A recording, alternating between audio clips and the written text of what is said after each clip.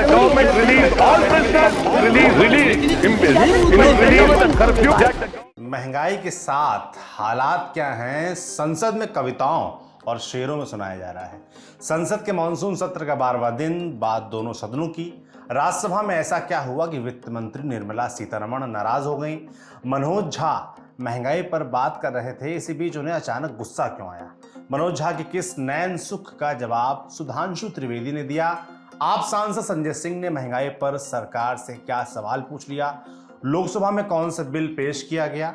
इन सभी सवालों के जवाबों के साथ हम हाजिर हैं आपके खास शो संसद में आज के साथ। I request all of you, पूरा देश देख रहा होगा कि महंगाई बेरोजगारी पे बात हो रही है और एक दूसरे का उपहास कर रहे हैं।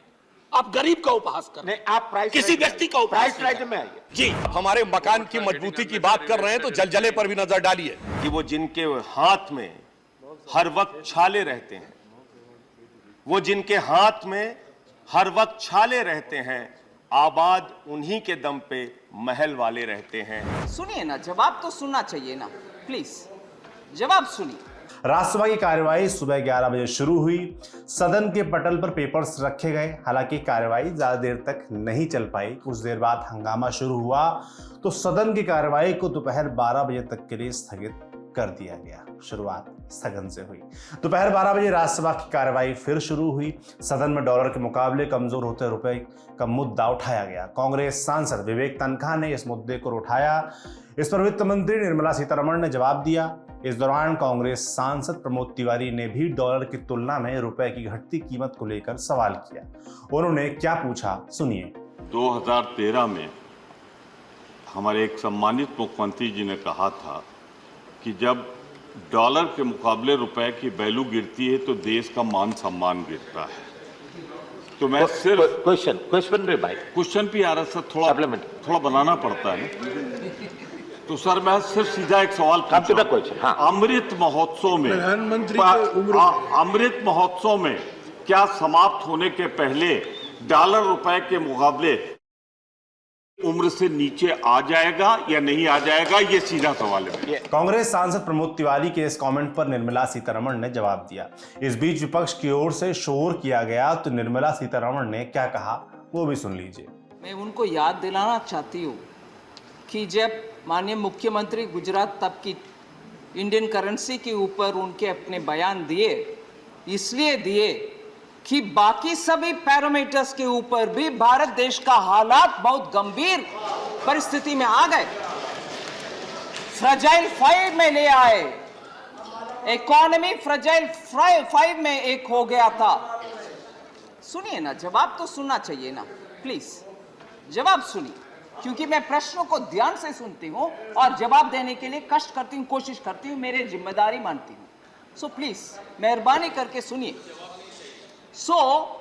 तब की मुख्यमंत्री गुजरात और अब की प्रधानमंत्री जी तब ये बयान देने का कारण क्या है? इकोनॉमी में डबल डिजिट इन्फ्लेशन 22 महीने तक चला और कोई रुकावट नहीं था उसमें।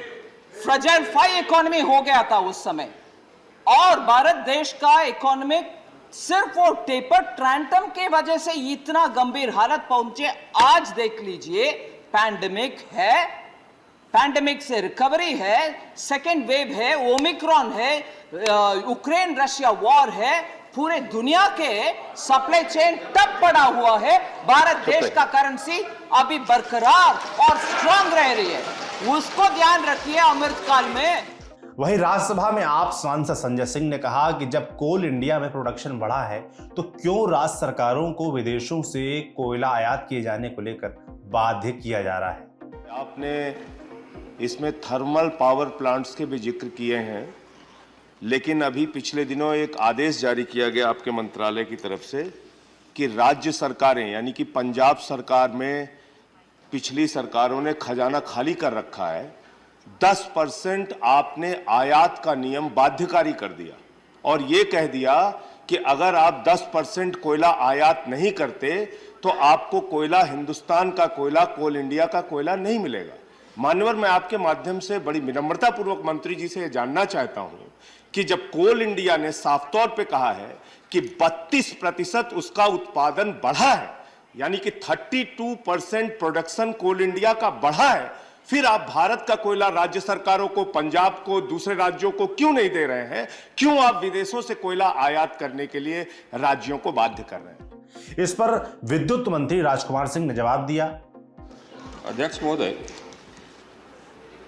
हम लोगों का जो एनर्जी कंजम्पशन है उसमें बढ़ोतरी करीब करीब 21% हुई है पिछले कुछ महीनों में, जो कि एक रिकॉर्ड है।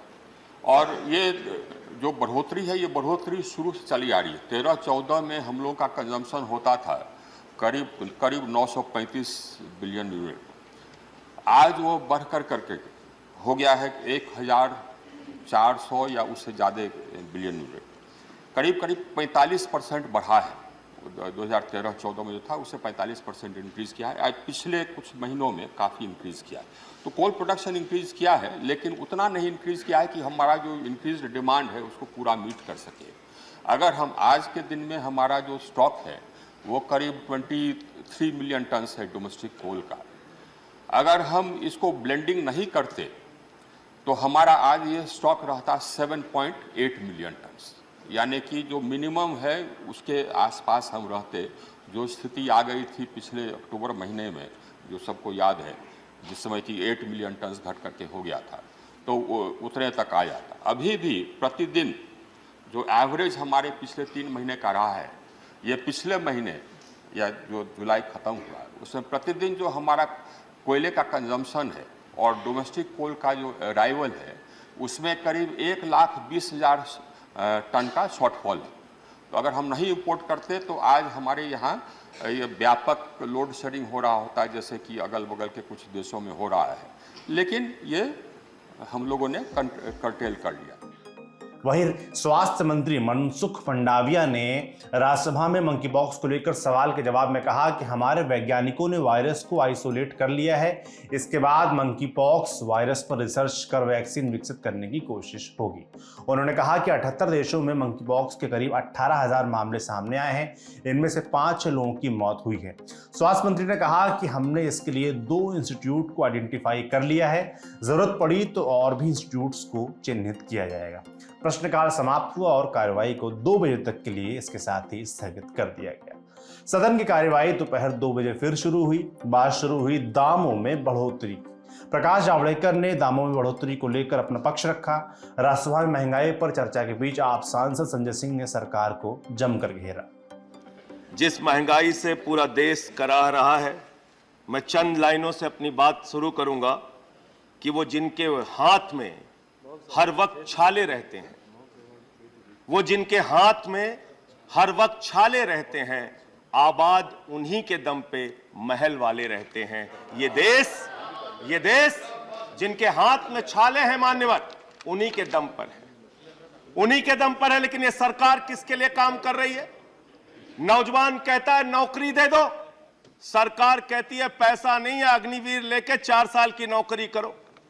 भारत की सेना कहती है पैसा दे दो, सरकार कहती है तुम्हारे बजट का 63,000 करोड़ रुपए कम करेंगे। माताएं बहनें कहती हैं गैस का सिलेंडर बढ़ गया, बच्चे के दूध का दाम बढ़ गया, आटा दाल चावल महंगा हो गया, उसको कम कर दो। सरकार कहती है पैसा नहीं है। किसान कहता है फसल का दाम दे दो, फसल का दाम दे दो, सरकार कहती है पैसा नहीं है। अरे बुजुर्ग कहते हैं हमारी रेल की तीर्थ यात्रा, उसकी रियायत क्यों कम कर दी? सरकार कहती है हमारे पास पैसा नहीं है। देश के लोग कहते हैं शिक्षा का बजट तो बढ़ा दो, सरकार कहती है 2% से ज्यादा बजट नहीं है। अरे स्वास्थ्य का बजट तो ठीक कर दो, मोदी जी, सरकार कहती है पैसा नहीं है। मानवर ये पैसा गया कहां? किसके पास गया ये पैसा? अरे ये पैसा गया नरेंद्र मोदी जी के मित्रों के पास गया, मित्रों के पास गया। मैं आपको बताता हूं मान्यवर कहां गया। 20,000 करोड़ रुपए लेके नीरव मोदी मेहुल चौकसी भाग गया, 10,000 करोड़ रुपए लेके विजय माल्या भाग गया, 3,000 करोड़ रुपए लेके ललित मोदी भाग गया, 6,000 करोड़ लेके नितिन संदेशरा भाग गया।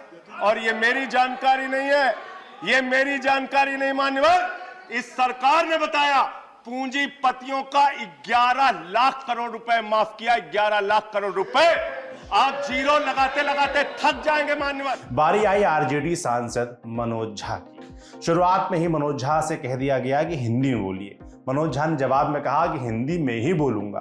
पीठासीन भुवनेश्वर कालिता ने सदस्यों को बताया कि मनोज झा हिंदी में ही बोलते हैं। आगे क्या हुआ सुनिए। सर मेरा वक्त फिर से शुरू करिए, वैसे भी बहुत बुरा वक्त चल रहा है। शुरू नहीं हुआ है। मनोज झा के कमेंट के बीच टीका टिप्पणी की जाती रही। इससे वो नाराज हुए। मनोज झा ने इसके बाद ये कह दिया, can I have I request all of you, पूरा देश देख रहा होगा कि महंगाई बेरोजगारी पे बात हो रही है और एक दूसरे का उपहास कर रहे हैं।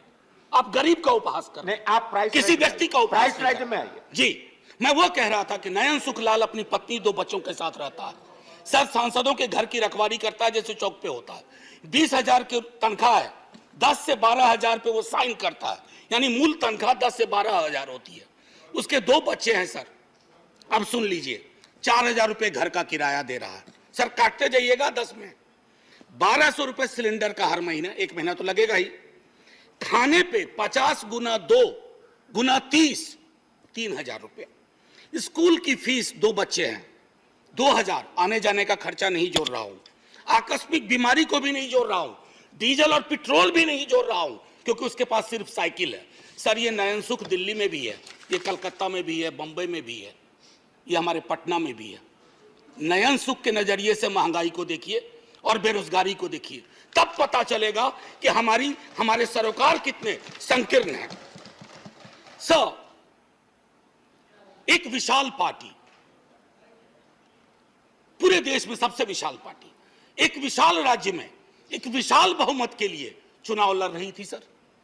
पूरे उस प्रोसेस में कीमतें नहीं बढ़ी। पहले कहा जाता था कि बाजार कीमतें तय करता है, सर कीमतें क्यों नहीं बढ़ी? मैं इसलिए कह रहा हूं कि विशाल पार्टी होने के साथ साथ हृदय भी विशाल होना चाहिए। बड़ा हुआ तो क्या हुआ, जैसे पेड़ खजूर, पंछी को छाया नहीं फल लागे अति दूर। हमारी कोशिश होनी चाहिए कि लोगों को रिलीफ दें। अब सर मैं बार बार मैं देख रहा हूं क्रैडल टू ग्रेव, हमारा सोशल पॉलिसी जो हमारी थी, जो हमारा संविधान कहता है, वो कहता था कि पालने से लेके कब्र तक। आपने पालने से लेके कब्र तक कोई ऐसा मसला नहीं छोड़ा है जिस पे जीएसटी ना लगी हुई हो। सर कब्र में दाह संस्कार की लकड़ी पर तो कम से कम सुकून से आदमी जाए दुनिया को अलविदा कहते हुए। सर कफन का कपड़ा ओढ़ने के बाद सर, कफन में जेब नहीं होती है सर, हम सब जानते हैं। उसकी जेब पहले ही आपने ढीली कर दी मौत से पहले। मैं सिर्फ यह आग्रह कर रहा हूं कि इस तरह के लोक सरोकार के मुद्दों पर एक चिंता सार्वजनिक होनी चाहिए और अगर आपसे गलती हुई है तो उसको आप वापस ले लीजिए। वो आप रोल बैक करने से कोई आप छोटे नहीं हो जाएंगे। बीजेपी सांसद सुधांशु त्रिवेदी ने मनोज झा के नयन सुख वाले कमेंट पर जवाब दिया।